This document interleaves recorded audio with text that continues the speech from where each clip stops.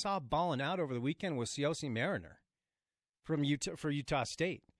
Caleb Rep had 5 catches. A couple of guys that really were afterthoughts for the University of Utah. So something to think about. Utah State, by the way, that might have been the most entertaining game I watched during the weekend.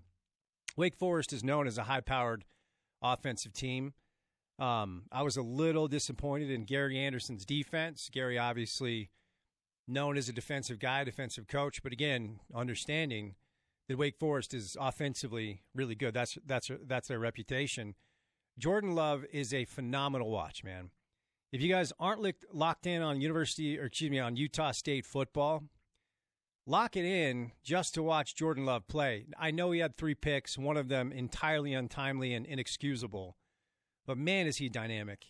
Andre Ware, who was on a call, at least the broadcast I was watching, said that he thinks Jordan Love is a top 10, top 15 NFL prospect. Not just a borderline first-rounder, like the type of guy that can go turn around a program. The type of guy that can go turn around a franchise. You know, the type of guy that if you draft him as your quarterback, you found your quarterback for the next 10 to 15 years.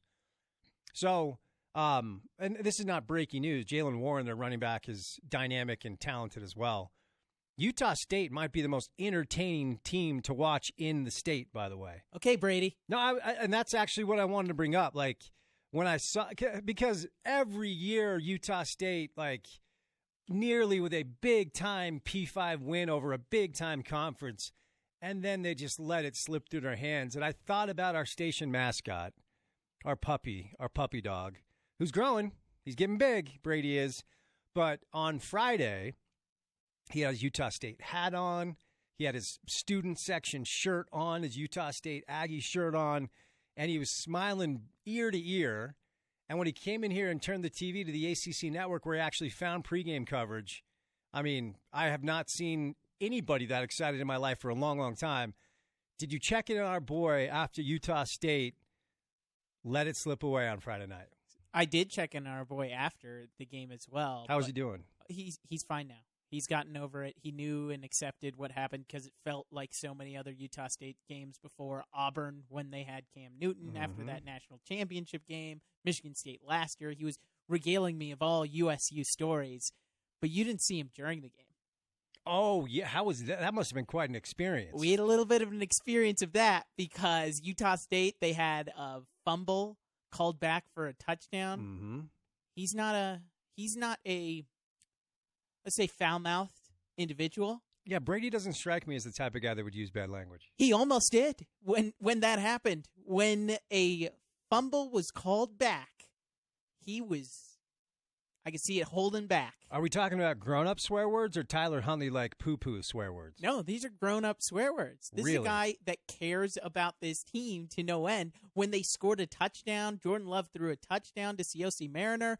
I got a big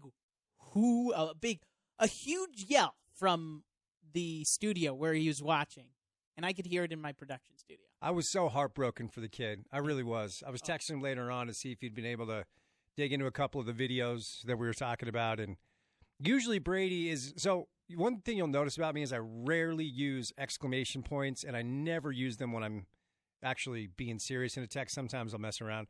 Brady, 90% of the time with a text, it's exclamation points, which I appreciate. You know, as Mark Twain said, using an exclamation point in your writing is like laughing at your own joke. There you go, kids. Write it down. There's your little gem of wisdom for the day. But Brady loves the exclamation points. And when I was texting with him after the Utah State game, I didn't see any exclamation points. So I could tell my heart hurt for our boy. I felt bad. He had to find some creepy stream to find the game on because once he left this studio, he doesn't have the ACC network at home. Oh, man. And then to sign up, and for that, oh, poor Brady. Well, good news. This weekend, Stony Brook is the opponent. And I'll be honest, I knew Stony Brook had a basketball team only because I know some kids that I played AAU ball with that actually went to Stony Brook back in the late 90s. I didn't even know they played football. So there's not a line set for this game. I think Utah State by 1 million is what's going to happen. It's on Facebook. Are you serious? Yeah. That sucks. Utah State has a couple games on Facebook. I think this is the only one this year. Oh, all right.